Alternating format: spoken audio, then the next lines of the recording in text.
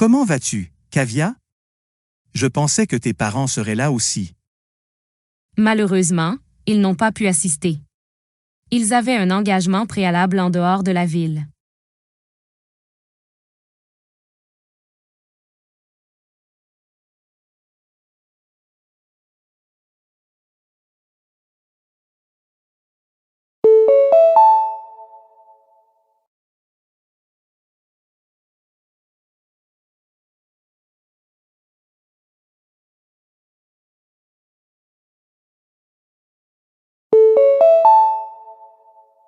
Comment ça va, Alex? Emma ne devait-elle pas te rejoindre ce soir? Malheureusement non. Elle a eu une urgence au travail et a dû rester tard.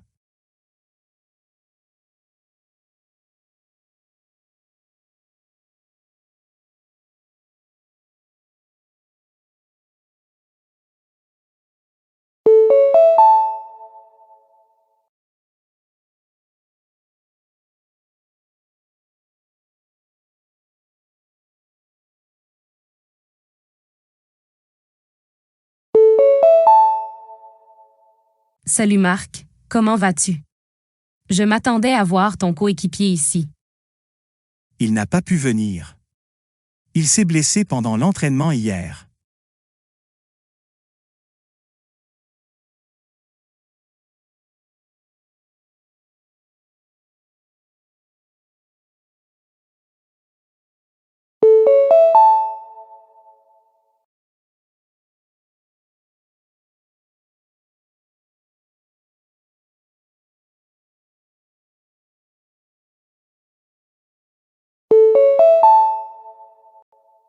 Comment vas-tu, Priya? Je pensais qu'Ankit étudierait avec toi. Non, il n'a pas pu venir. Il devait assister à une fonction familiale.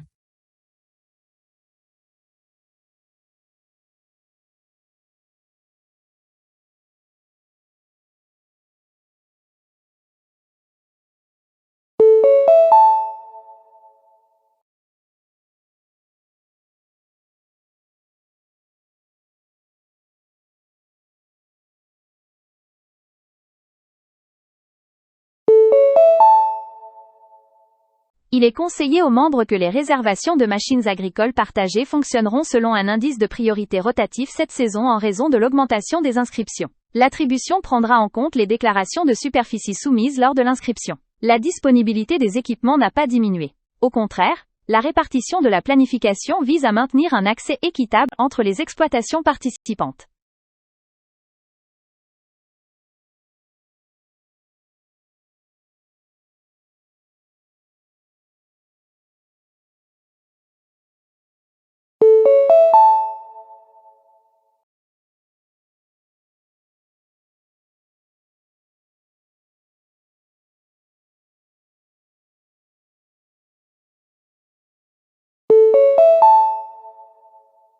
Avec effet immédiat, l'accès à distance au coffre de données génomiques nécessitera une authentification à 2 niveaux via des identifiants institutionnels et des codes d'accès chiffrés. Les protocoles d'accès sur site restent inchangés. Cette amélioration correspond aux cadres internationaux de gouvernance des données et ne reflète pas de violation de sécurité antérieure.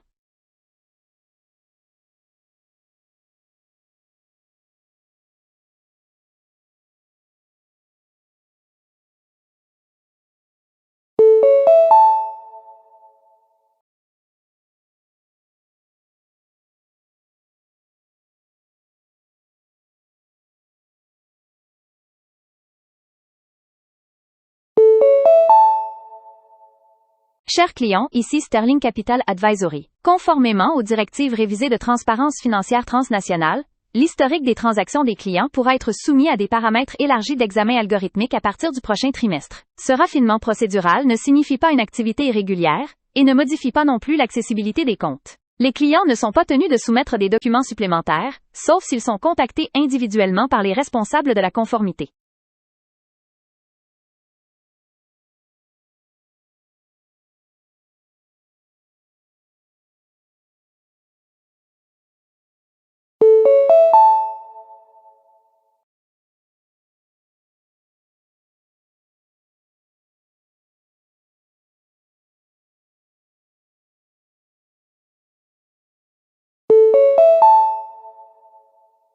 Les résidents du quartier Eastbrook sont informés que le début de la passerelle piétonne Riverside a été reporté de 3 semaines en raison d'ajustements de la chaîne d'approvisionnement affectant les composants en acier préfabriqués. Les spécifications de conception approuvées et les prévisions d'achèvement restent inchangées. L'accès public aux routes adjacentes se poursuivra sans interruption pendant la période de report.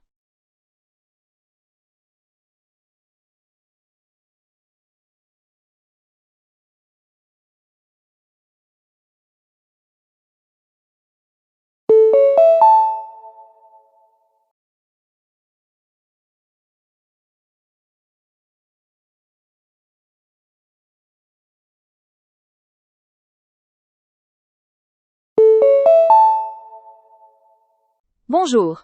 Il s'agit du service automatisé de votre banque concernant une transaction récente signalée pour activité inhabituelle. À titre de mesure de précaution, certaines fonctionnalités de votre compte ont été temporairement limitées. Pour rétablir un accès complet, nous vous demandons de vérifier les détails de la transaction, soit via notre application officielle, soit en vous rendant dans une agence. Si aucune action n'est entreprise dans le délai imparti, des restrictions supplémentaires pourront s'appliquer. Merci pour votre coopération.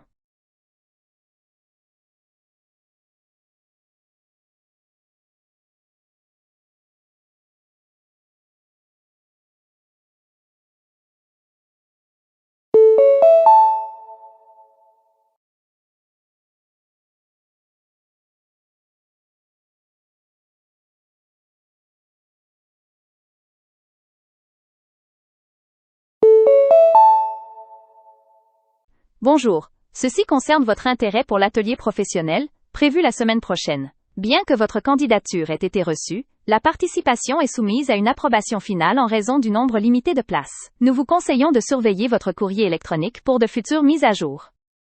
En attendant, aucune action supplémentaire n'est requise de votre part. Nous apprécions votre enthousiasme et votre patience tout au long du processus de sélection.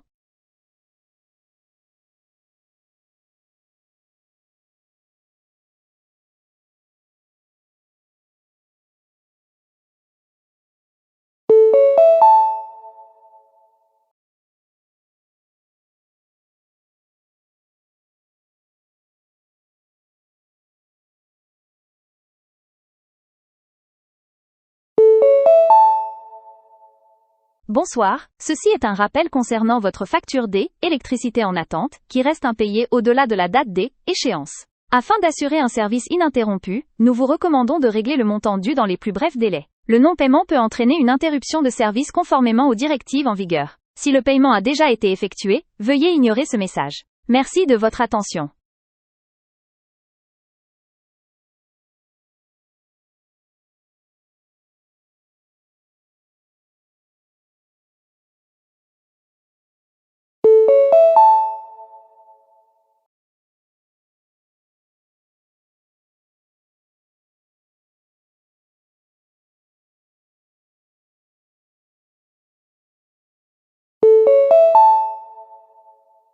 Bonjour. Ceci est pour vous informer d'une mise à jour concernant l'EL, événement auquel vous vous êtes inscrit de E. En raison de considérations logistiques, le lieu a été déplacé vers un autre site dans la même ville.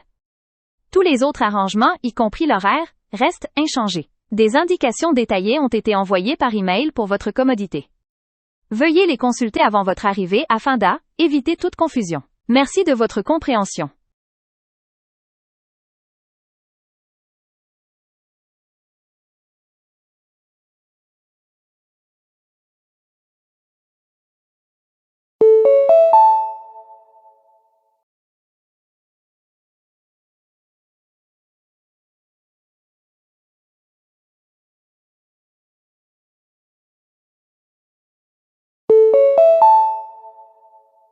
Bonjour, ceci est une notification concernant votre abonnement actuel, qui approche de sa date d'expiration. Afin de continuer à profiter de services ininterrompus, nous vous recommandons de le renouveler avant la fin de la période de validité. Veuillez noter qu'une fois expiré, certaines fonctionnalités peuvent devenir inaccessibles jusqu'à ce que le renouvellement soit effectué. Pour toute assistance, n'hésitez pas à contacter notre équipe de support. Merci d'avoir choisi nos services.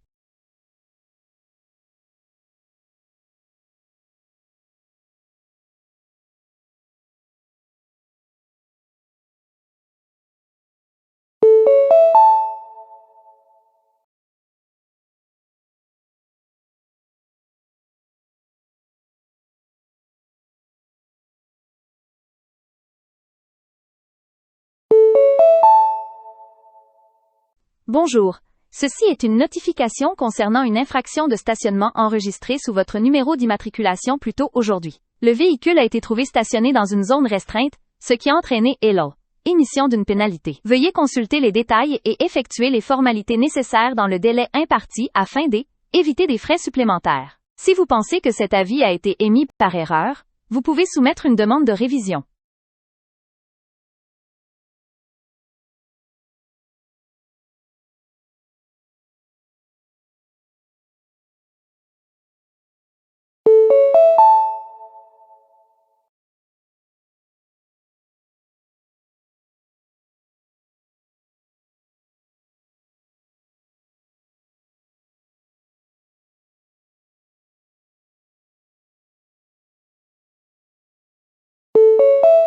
Personne 1. De mon point de vue, la mise en place d'une frontière stricte entre le temps professionnel et le temps personnel est essentielle dans la culture de travail hyperconnectée d'aujourd'hui. Les notifications constantes et les attentes de réponse après les heures brouillent ces limites et contribuent fortement à l'épuisement professionnel. Une politique ferme protégerait non seulement la santé mentale, mais améliorerait également la productivité à long terme. Cependant, je reconnais que des urgences peuvent parfois nécessiter des exceptions, bien que celles-ci doivent rester rares et clairement justifiées. Personne 2. Je pense que l'imposition d'une règle rigide de « pas de travail après les heures » néglige la nature dynamique des entreprises modernes. De nombreux secteurs fonctionnent à travers différents fuseaux horaires, et la flexibilité est essentielle pour rester compétitif. Au lieu de restreindre la communication, les organisations devraient se concentrer sur l'autonomisation des employés afin qu'ils gèrent efficacement leur propre temps. Tout le monde ne perçoit pas la communication hors horaire comme stressante, certains peuvent même la préférer pour des raisons de commodité. Personne 3. À mon avis, l'idée a du mérite, mais elle ne peut pas être appliquée universellement de manière stricte. Les différents rôles impliquent des attentes différentes, et ce qui fonctionne pour un service peut ne pas convenir à un autre. Une solution plus réaliste consisterait à établir des lignes directrices générales, tout en permettant aux équipes de les adapter selon leurs besoins. L'objectif devrait être d'encourager des limites saines sans compromettre l'efficacité opérationnelle.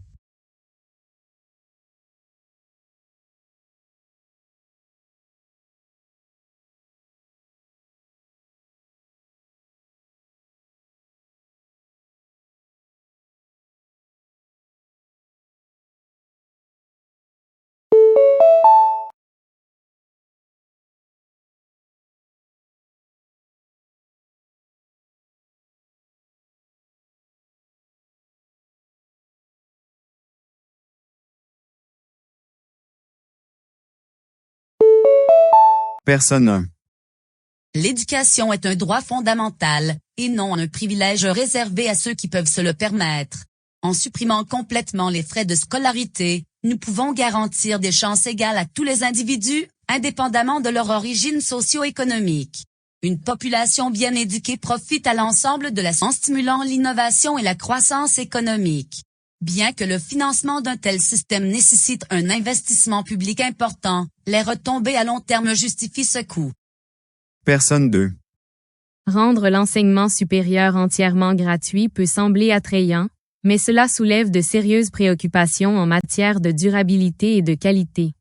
Les universités nécessitent des financements importants pour maintenir leurs standards, et la suppression des frais de scolarité pourrait entraîner une surpopulation ou une réduction des ressources. De plus, les étudiants pourraient sous-estimer la valeur de l'éducation s'ils n'y contribuent pas financièrement. Un système qui équilibre accessibilité et responsabilité est plus pratique. Personne 3. Je pense que l'éducation devrait être accessible, mais un système entièrement gratuit n'est peut-être pas l'approche la plus efficace. Au lieu de cela, les gouvernements pourraient fournir une financière ciblée, des bourses ou des plans de remboursement basés sur le revenu. Cela garantit que ceux qui ont réellement besoin de soutien en bénéficient, tout en maintenant un certain niveau de responsabilité partagée.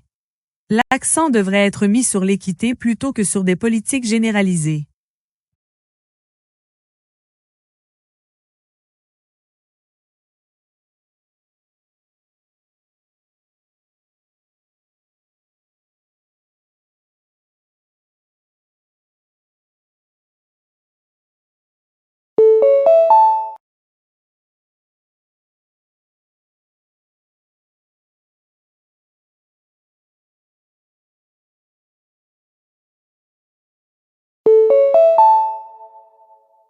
Bonjour et bienvenue sur Mind Matters, votre source d'information sur la cognition humaine.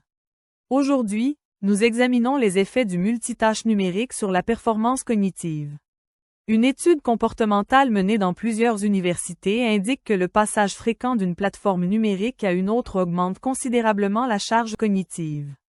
Les participants exposés à des notifications continues et à des activités simultanées ont montré une rétention d'informations réduite et une vitesse de prise de décision plus lente. Les fonctions exécutives du cerveau, responsables de la priorisation et de la concentration, sont mises à rude épreuve sous des interruptions constantes. Contrairement à une croyance répandue, le multitâche n'améliore pas la productivité, il fragmente plutôt l'attention, entraînant un traitement superficiel de l'information. L'étude met également en évidence des implications à long terme, suggérant que le multitâche habituel peut altérer la capacité à effectuer un travail profond et soutenu. Les experts recommandent des périodes de travail structurées et une réduction de l'exposition aux notifications afin de maintenir l'efficacité cognitive.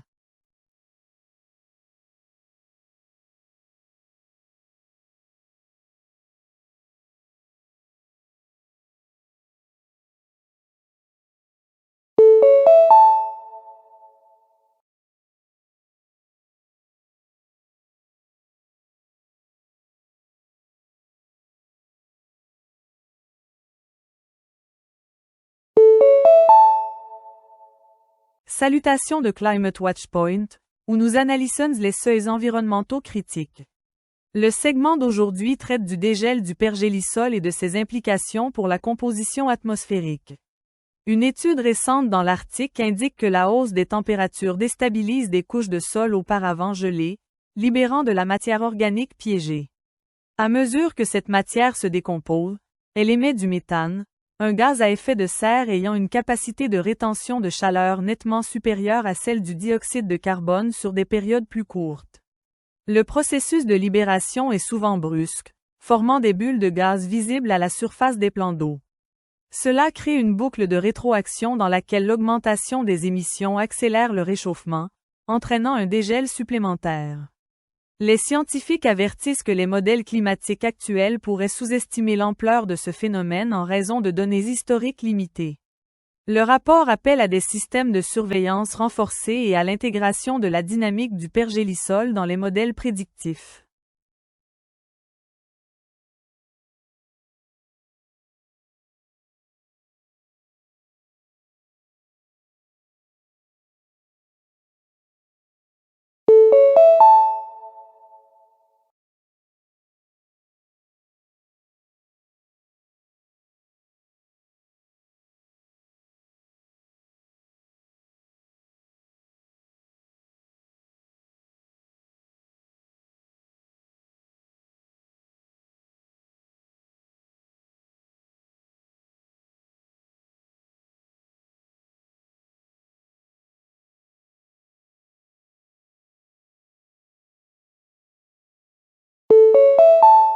Dr Weber. Des études interdisciplinaires récentes suggèrent que l'exposition à l'art visuel peut influencer non seulement l'appréciation esthétique, mais aussi le traitement émotionnel et l'interprétation cognitive.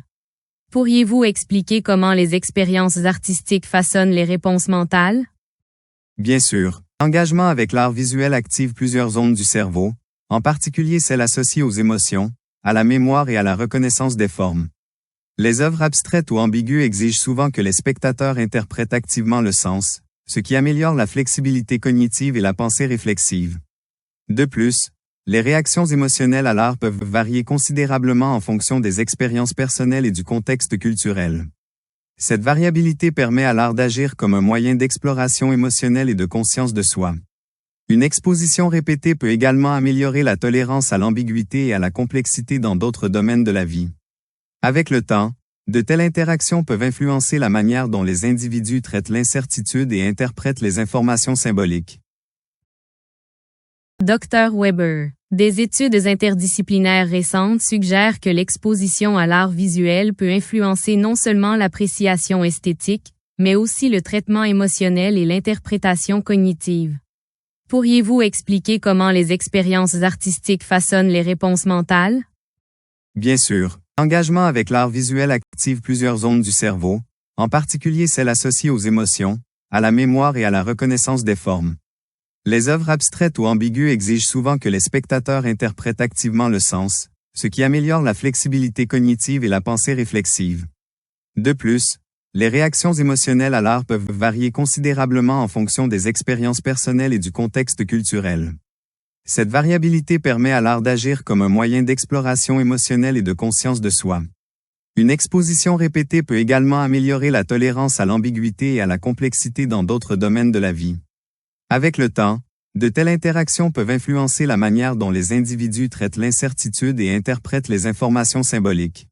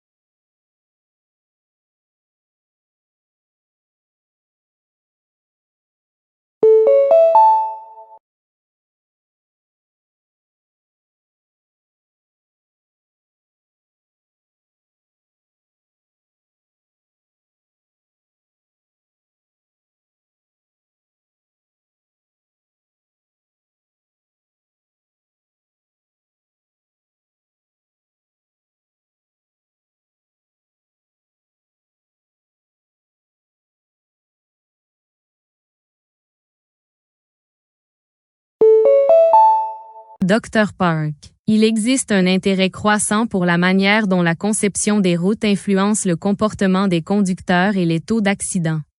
Pourriez-vous développer ces effets? Bien sûr, l'infrastructure routière influence fortement la perception et le temps de réaction des conducteurs. Des éléments tels que la largeur des voies, la clarté de la signalisation et la courbure de la route influencent la manière dont les conducteurs évaluent la vitesse et la distance. Des voies plus étroites, par exemple, encouragent souvent une conduite plus lente en raison du risque perçu. De plus, des intersections bien conçues et des marquages clairs réduisent la charge cognitive, permettant au conducteur de prendre des décisions plus rapides et plus précises. En revanche, des routes mal structurées peuvent entraîner de la confusion, des réactions retardées et une probabilité accrue d'erreur. Ces facteurs influencent collectivement la sécurité et l'efficacité du trafic. Dr. Park. Il existe un intérêt croissant pour la manière dont la conception des routes influence le comportement des conducteurs et les taux d'accident. Pourriez-vous développer ces effets?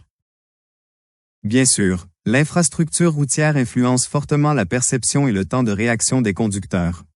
Des éléments tels que la largeur des voies, la clarté de la signalisation et la courbure de la route influencent la manière dont les conducteurs évaluent la vitesse et la distance. Des voies plus étroites, par exemple, encouragent souvent une conduite plus lente en raison du risque perçu. De plus, des intersections bien conçues et des marquages clairs réduisent la charge cognitive, permettant au conducteur de prendre des décisions plus rapides et plus précises.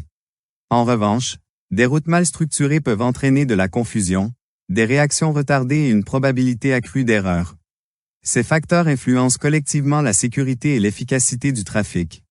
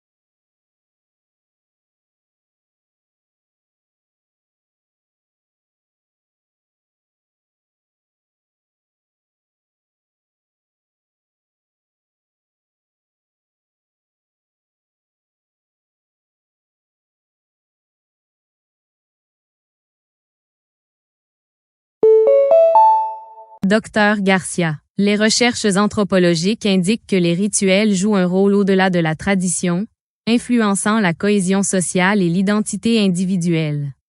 Pouvez-vous expliquer cette relation? Certainement. Les rituels fonctionnent comme des activités structurées qui renforcent les valeurs partagées et l'identité active. La participation à ces pratiques crée un sentiment d'appartenance et de continuité au sein d'un groupe. Ces expériences impliquent souvent des actions symboliques qui véhiculent un sens au-delà de leur contexte immédiat. De plus, les rituels apportent prévisibilité et structure, ce qui peut réduire l'incertitude et renforcer les liens émotionnels entre les participants. Au fil du temps, ils contribuent à la préservation des normes culturelles et des connaissances intergénérationnelles. Ces dynamiques mettent en évidence le rôle des rituels dans le maintien de la stabilité sociale. Dr Garcia. Les recherches anthropologiques indiquent que les rituels jouent un rôle au-delà de la tradition, influençant la cohésion sociale et l'identité individuelle. Pouvez-vous expliquer cette relation? Certainement. Les rituels fonctionnent comme des activités structurées qui renforcent les valeurs partagées et l'identité active. La participation à ces pratiques crée un sentiment d'appartenance et de continuité au sein d'un groupe. Ces expériences impliquent souvent des actions symboliques qui véhiculent un sens au-delà de leur contexte immédiat. De plus, les rituels apportent prévisibilité et structure, ce qui peut réduire l'incertitude et renforcer les liens émotionnels entre les participants. Au fil du temps, ils contribuent à la préservation des normes culturelles et des connaissances intergénérationnelles. Ces dynamiques mettent en évidence le rôle des rituels dans le maintien de la stabilité sociale.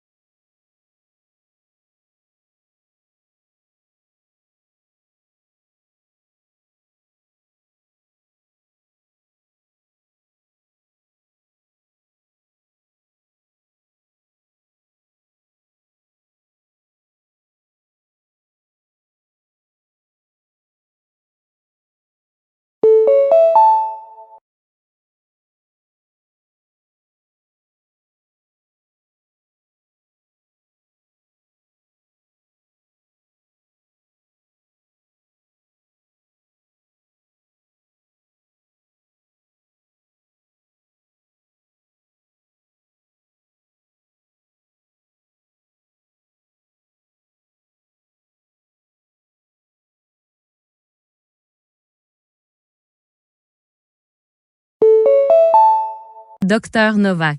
Des études récentes suggèrent que la conception des cockpits et l'automatisation influencent la performance des pilotes et leur conscience situationnelle. Pouvez-vous expliquer ces effets? Absolument. Les systèmes modernes de cockpit sont conçus pour réduire la charge de travail grâce à l'automatisation. Bien que cela améliore l'efficacité, cela peut également entraîner une diminution de l'engagement manuel, réduisant potentiellement la conscience situationnelle au fil du temps. Les pilotes peuvent devenir trop dépendants des systèmes automatisés, ce qui peut poser des défis lors de situations imprévues. À l'inverse, des systèmes bien équilibrés qui intègrent l'automatisation avec une surveillance humaine active aident à maintenir la vigilance et les capacités de prise de décision. La clarté de l'interface et des commandes intuitives sont également essentielles pour garantir une compréhension rapide dans des situations de forte pression. Ces considérations de conception ont un impact direct sur la sécurité et l'efficacité opérationnelle. Dr Novak. Des études récentes suggèrent que la conception des cockpits et l'automatisation influencent la performance des pilotes et leur conscience situationnelle. Pouvez-vous expliquer ces effets? Absolument. Les systèmes modernes de cockpit sont conçus pour réduire la charge de travail grâce à l'automatisation. Bien que cela améliore l'efficacité, cela peut également entraîner une diminution de l'engagement manuel, réduisant potentiellement la conscience situationnelle au fil du temps. Les pilotes peuvent devenir trop dépendants des systèmes automatisés, ce qui peut poser des défis lors de situations imprévues. À l'inverse, des systèmes bien équilibrés qui intègrent l'automatisation avec une surveillance humaine active aident à maintenir la vigilance et les capacités de prise de décision. La clarté de l'interface et des commandes intuitives sont également essentielles pour garantir une compréhension rapide dans des situations de forte pression. Ces considérations de conception ont un impact direct sur la sécurité et l'efficacité opérationnelle.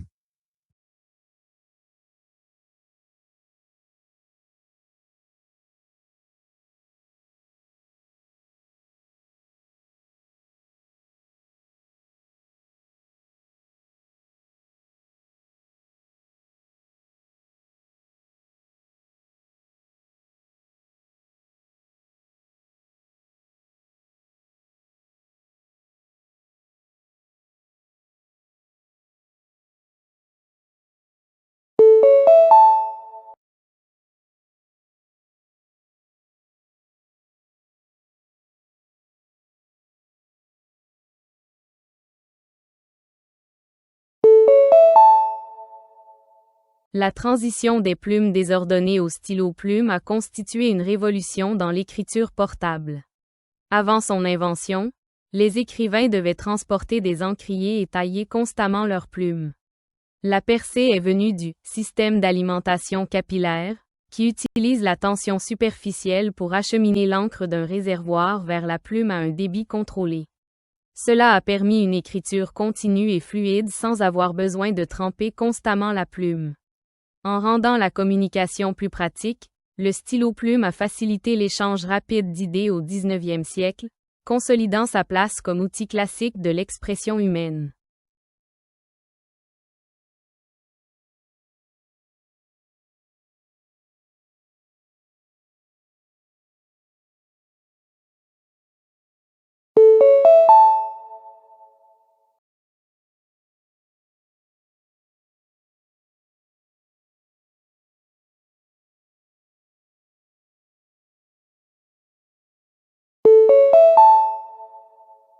Les glaciers ne sont pas simplement des masses de glace, ce sont les archives historiques les plus précises de la Terre. Lorsque la neige tombe et se compacte en glace, elle emprisonne de minuscules bulles d'atmosphère ancienne. En forant des carottes de glace, les scientifiques peuvent échantillonner l'air datant de centaines de milliers d'années, en mesurant les niveaux passés de dioxyde de carbone et les températures. Cette mémoire gelée fournit une chronologie claire de l'évolution du climat de notre planète au fil des éons. Chaque carotte est une bibliothèque de données environnementales, révélant les schémas à long terme qui ont façonné le monde tel que nous le connaissons aujourd'hui.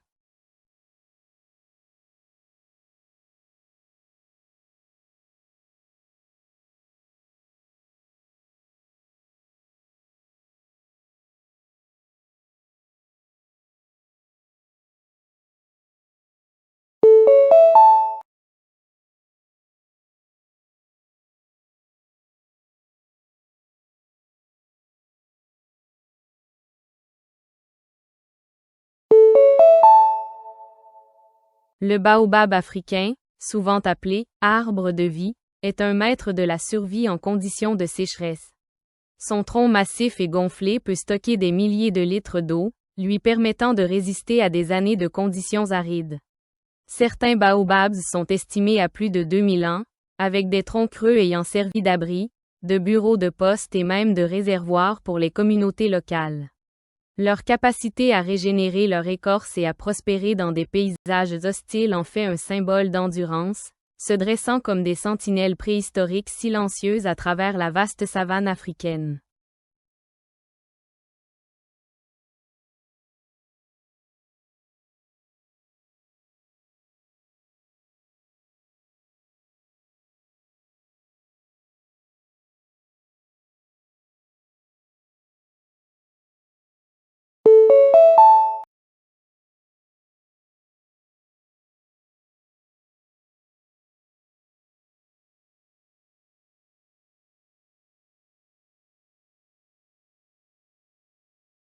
Cette célèbre « odeur de voiture neuve » est en réalité un mélange complexe de composés organiques volatiles, COV, libérés par les matériaux intérieurs. Ce processus, appelé dégazage, se produit lorsque les plastiques, adhésifs, cuir et mousse utilisés dans la fabrication se stabilisent. Bien que beaucoup trouvent ce parfum agréable ou synonyme de luxe, il s'agit essentiellement d'une signature chimique d'un produit industriel récent. Avec le temps, à mesure que les matériaux se stabilisent et que les gaz se dissipent, l'odeur disparaît, marquant la transition d'un véhicule neuf à un véhicule intégré dans la vie quotidienne de son propriétaire.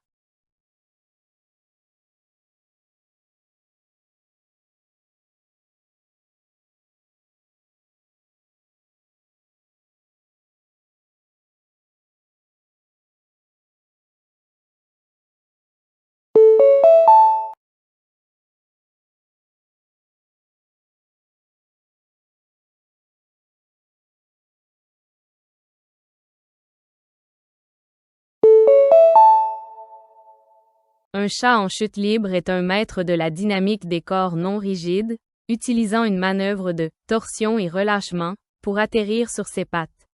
Comme il ne peut pas s'appuyer sur un support en plein air, Le chat exploite la conservation du moment angulaire en repliant ses pattes avant et en étendant ses pattes arrière. Cela crée une différence d'inertie de rotation, permettant aux parties avant et arrière de son corps de tourner en sens opposé. C'est un calcul biomécanique instantané qui transforme une chute chaotique en un atterrissage gracieux et contrôlé.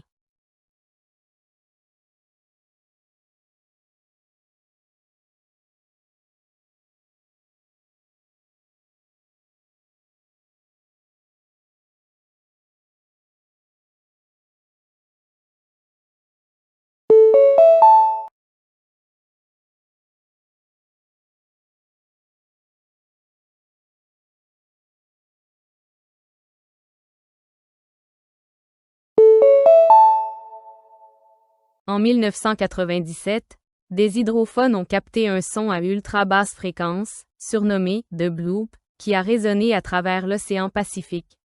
Son profil était si unique que beaucoup ont SPE accent aigu CULE accent aigu qu'il provenait d'une créature marine géante inconnue, bien plus grande que n'importe quelle baleine bleue.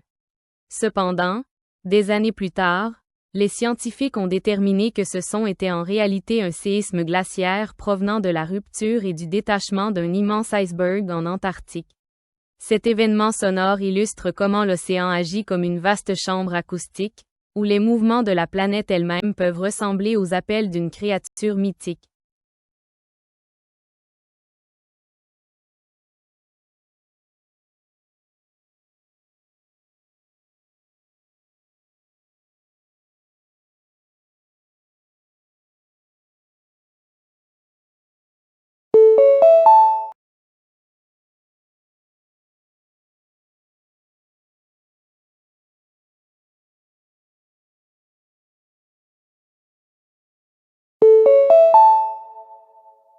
Découvert dans une épave, le mécanisme denticitaire est un dispositif grec vieux de 2000 ans souvent considéré comme le premier ordinateur analogique du monde. Ce système complexe d'engrenages en bronze était conçu pour suivre les positions du Soleil et de la Lune, prédire les éclipses et même indiquer le calendrier des Jeux olympiques antiques. Le niveau de précision requis pour fabriquer un tel appareil ne sera pas retrouvé avant plus d'un millénaire. Il constitue un rappel frappant que les civilisations anciennes possédaient un génie mathématique et mécanique bien supérieur à ce que l'on imagine souvent.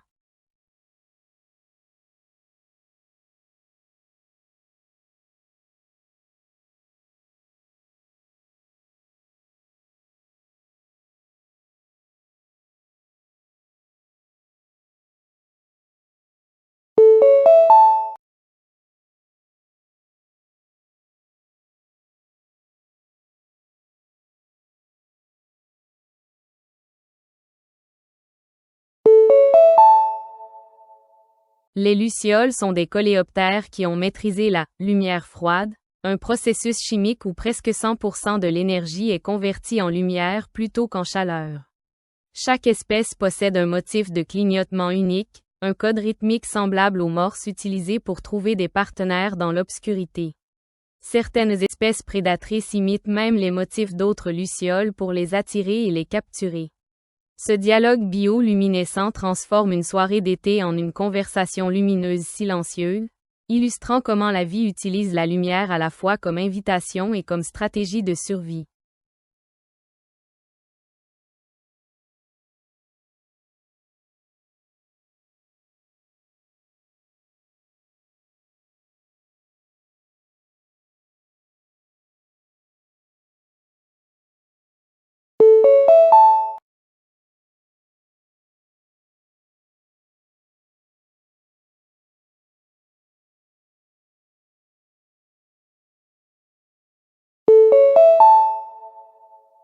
Malgré son nom courant, le « plomb » de votre crayon est en réalité un mélange de graphite et d'argile.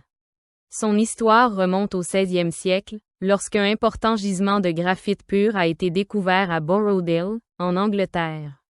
Les habitants l'utilisaient d'abord pour marquer les moutons, mais sa capacité à laisser une trace sombre et effaçable en a rapidement fait un outil essentiel pour les artistes et les écrivains. En variant la proportion d'argile et de graphite, les fabricants peuvent contrôler la dureté et l'intensité du trait, créant ainsi les grades HB ou 2B que nous utilisons aujourd'hui.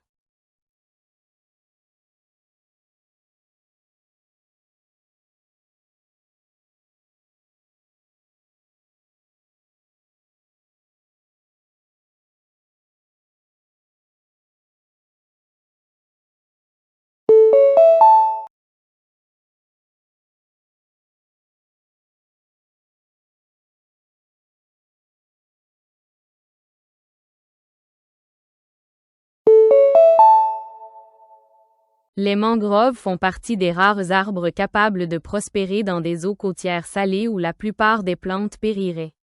Elles utilisent des racines échasses pour rester ancrées dans la boue instable et possèdent des glandes spécialisées dans leurs feuilles pour excréter l'excès de sel. Certaines espèces disposent même de pneumatophores, ou racines respiratoires, qui émergent de l'eau pour capter l'oxygène lors des marées hautes. Ces forêts côtières servent de pépinières essentielles pour la vie marine et constituent une première ligne de défense contre les tsunamis et les ondes de tempête.